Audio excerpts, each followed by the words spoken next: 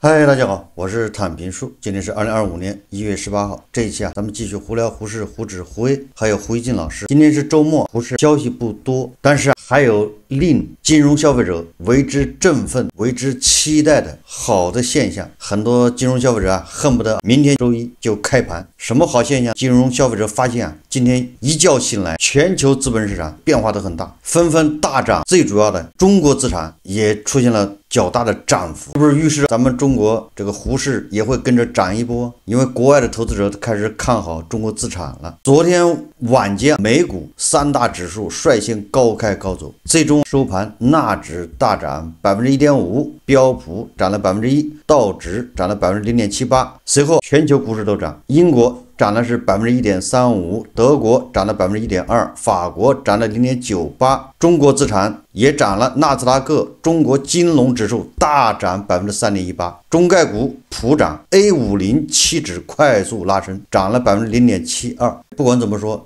这肯定是个好苗头，全球股市都涨，然后中概股也涨，然后中国资产涨得更多。那什么原因？实际上也没有什么明确的利好啊。你非要说有利好，那就是昨天世界两巨头通了电话，春风化雨春暖花开，让世界似乎又看到了希望，看到了一点光亮。至于哪两个巨头通话，这大家自己应该都知道。通完话之后，是不是感觉紧张的气氛好像比以前有所缓解，让资本市场充满了遐想？一阵春风吹开了冰冻的这个封冻已久的江面，至少说明资本还是比较看好。所以说凡事不能太绝对化，所以这个算是个朦胧利好。所以很多金融消费者现在都是摩拳擦掌，跃跃欲试，希望赶紧开盘，趁热打铁，也跟着反弹一波，好解套路。但是话又说回来，就胡适而言，这个坏消息，这个不利的消息也是如期而至。截至昨天晚上，已经预披露1300家上市公司中，就是1/4%，25%的上市公司都已经披露了业绩，叫预披露。业绩下降和业绩预亏的公司有1053家，不是，一共1300家上市公司披露了业绩，其中1030家业绩下降和业绩预亏，业绩预增和扭亏的只有244家。所以不是我天天说胡适，你就这个基本面，你这个胡适怎么走牛，不要自欺欺人。1300家里面绝大部分都是亏损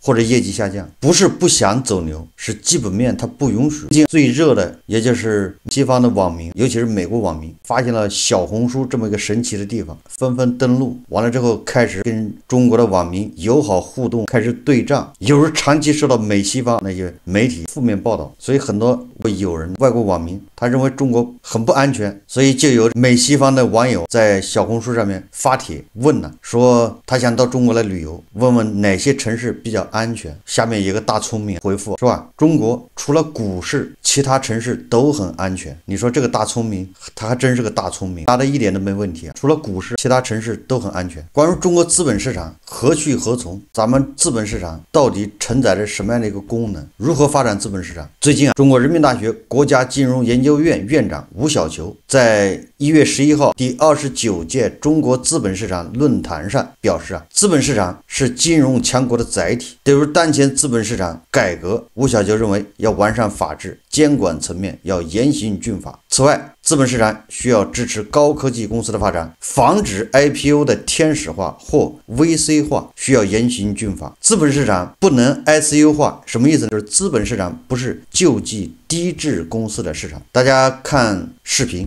这个我这一生大概只为资本市场而来就是研究资本市场，因为我知道资本市场对未来的中国是非常重要的它涉及到整个金融结构的变革涉及到社会财富管理模式的变化一定意义上说，一个国家的金融的竞争力，虽然金融机构很重要，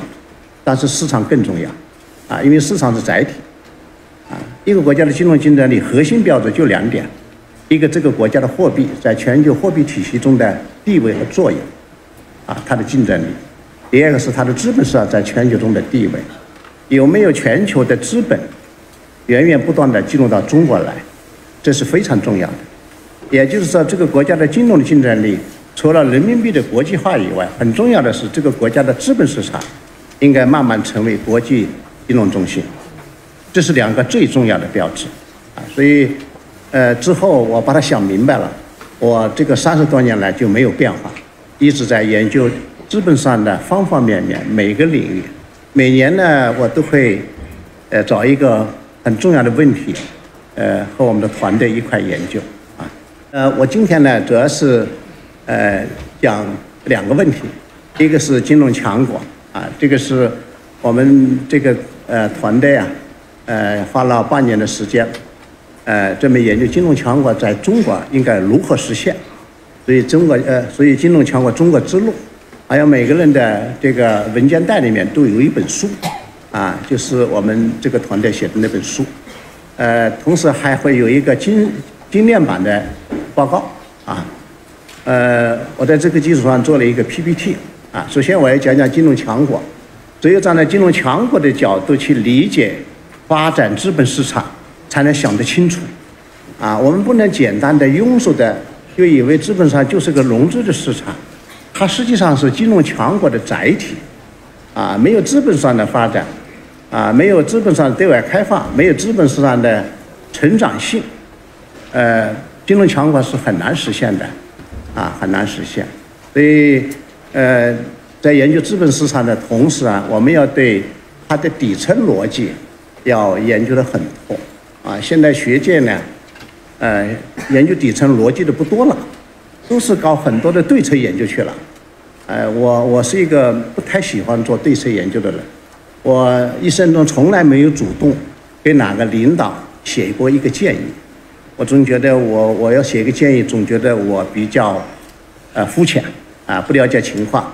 天天献计献策，这怎么行啊？一个大学教授很重要的是要做很好的底层逻辑的研究。基础理论的研究，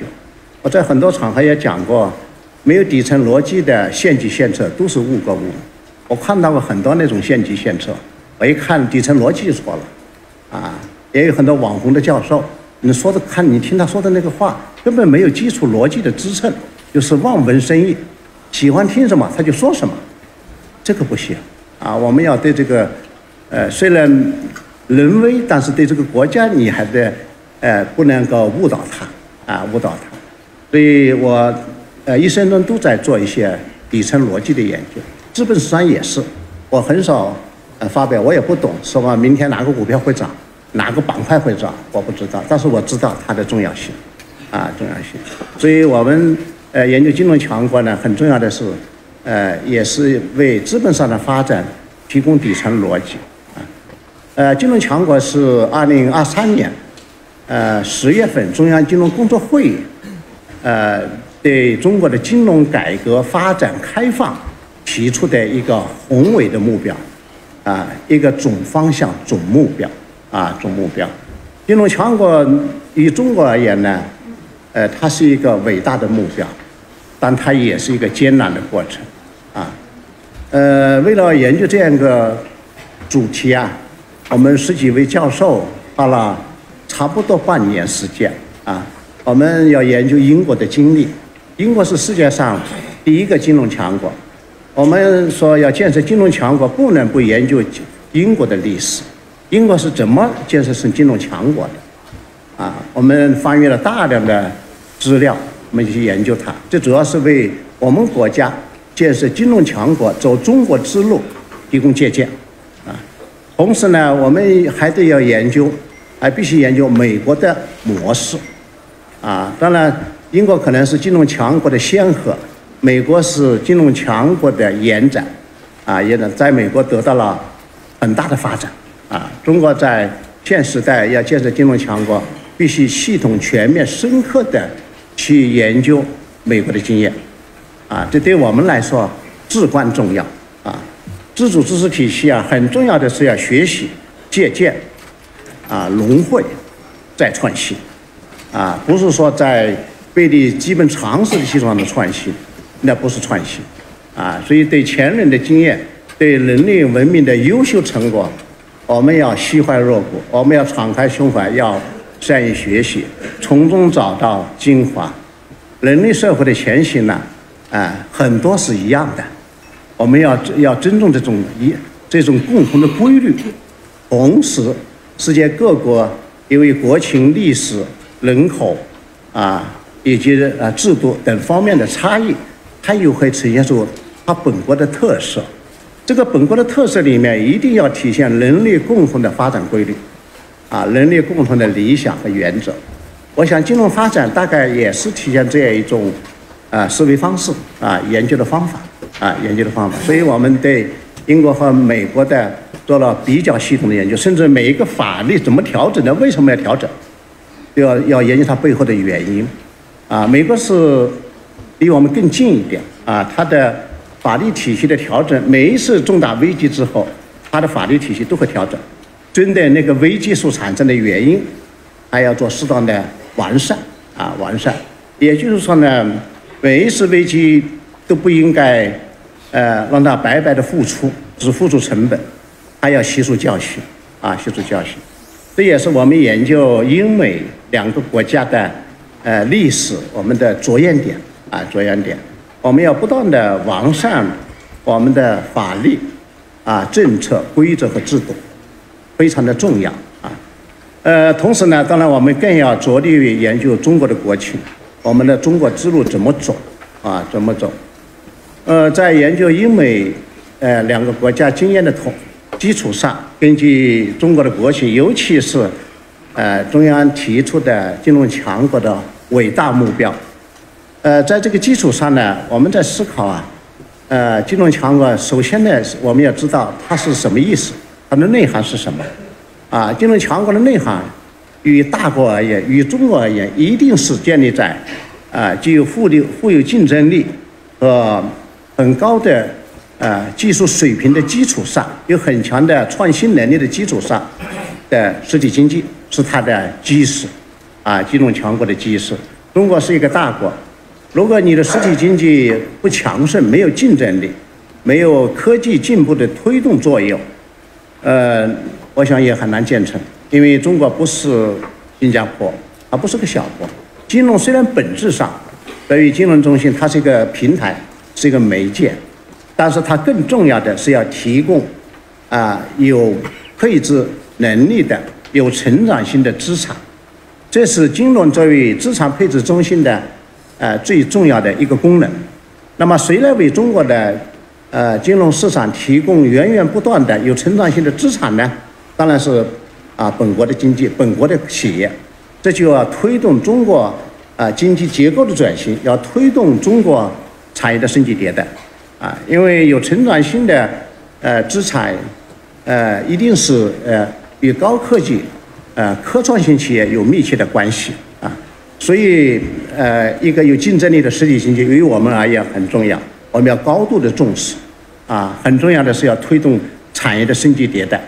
要让中国的高科技企业要慢慢在我们的市场上要占主导的地位一个资源型企业、服务型企业，也包括劳动密集型企业，不可能把中国带入现代化。带入现代化的一定是基于技术进步的科创型企业、科创型产业所以这也是金融强国与中国而言的一个内在的含义之一。第二个很重要的支点，就是要有强大的国家软实力建设金融强国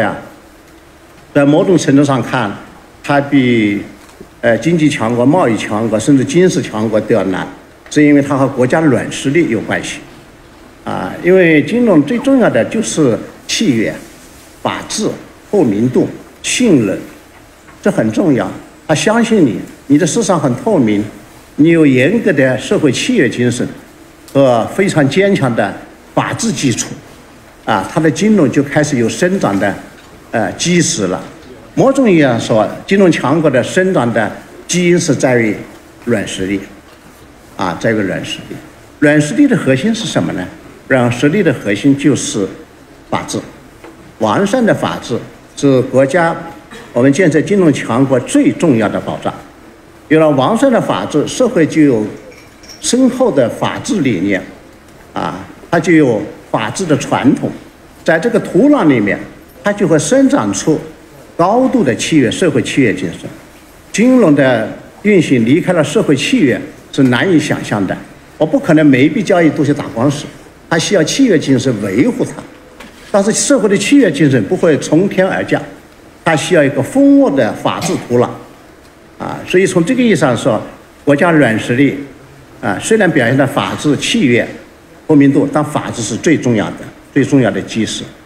同时，国家软实力也表现出它对国际秩序的遵守和重塑。国际秩序并不见得一定合理，但是我们首先要遵守，其次融入国际，再去改变那些不公平的国际秩序，这些都构成了国家软实力的重要方面。所以在我的理念中呢，就是金融强国这2条，一个硬实力，经济是硬实力，法治是软实力的核心，我们要深知它，为什么艰难？艰难就在这个地方，因为如果中国的金融成了金融强国，是个强国金融，这样中国的现代化，就已经实现了，它和现代化是同时来完成的，它推动了中国国家的现代化。金融强国与中国而言呢，它还有，这是从理念上看就是硬实力和软实力。从实际操作的角度来看，还有2个支柱，我们心里面要非常的清楚，叫双支柱战略，我们不能光有理念，我们还要通向理念的桥梁路径，我们也要找出来，我们怎么过去？从今天到目标，到金融强国的目标，有漫长的路要走，有很多禁区，很多无人区，我们必须闯过去。我们碰到湍急的河流，我们怎么架桥？这就是路径设计。我们的研究中呢，经常会善于提目标，不善于甚至不主要研究路径。实际上路径是最难的，提目标相对容易，要把路径设计出来非常的困难，这需要对你目标和现实的深刻理解。你要对今天的中国也要有深刻的理解，它是什么现状？对未来的目标和目前的现实的匹配性要有深刻的把握，才能够研究出路径。双支柱战略就是路径。双支柱战略第一个就是要着力推进人民币的自由化和国际化，这个实际上是我们推行了很多年，当然到今天应该说我们离这个目标还有一定的距离，还没有完成，没有完成。理论上说呢，我们要找到一个适合的环境去推动人民币的自由化和国际化。自由化主要解决它的支付、定价、结算的问题。人民币在国际。吴小球说他研究资本市场30年，得出这样的一个结论。我认为吴小球说的还是非常在理。但从根上说，你市场经济这个根本不能动摇。到底是搞市场经济还是搞计划经济？计划经济那就没有资本市场，这个资本市场实际上是依附市场经济的，所以你这个纲不抓住，你在集体经济、计划经济和市场经济之间摇摆，像加头老师那样的动不动还要回到集体经济，维维老师那样的，那你说这个依附于市场经济的这个资本市场，它还怎么发展？怎么可能好得了？纲举目张啊！另外，这个资本市场它到底要解决什么问题？按照吴小球他们想法，如果你要做成全球性市场，人民币国际化、资本国际化，这个多好！前段时间你在上海、在深圳又搞了一个全球流动的资本往这儿流动，你在这收税，每笔交易你都能赚钱。纳斯达克全球的好的公司在那儿上市，全球的资本跑那儿去交易，那都是跑出去跟美国人送钱，美国他只是费点电费而已，搞些服务器。你看你所有的生产的企业也不在美国，你那人员也不在美国，你那企业不知道在全球什么地方，你跑到纳斯达克上市，完了之后全球的资本跑到那儿去，在那儿交易，美国政府从中收税，没有污染，没有能耗。我们资本市场什么时候能做成这样？这个路还很长。你现在仅仅对国内的这些投资者、这些金融消费者都整不明白，那些外资来了之后直呼上当，这是什么市场？这就是个诈骗市场、赌场，有的时候连赌场都不如。你说海外资本还敢过来吗？给你送钱。我们再看看胡锡进老师，胡锡进老师他发了个微博，他说评论这个，说他参加外国驻华记者新春招待会。他说今天在北京朗园举行了外国驻华记者新春招待会，老胡去跟着捧场，他去参加叫捧场，很喜庆的场面。外国记者报道非常复杂，西方记者受他们国家和所在新闻机构的影响，经常对我们做负面报道，很多是不客观的。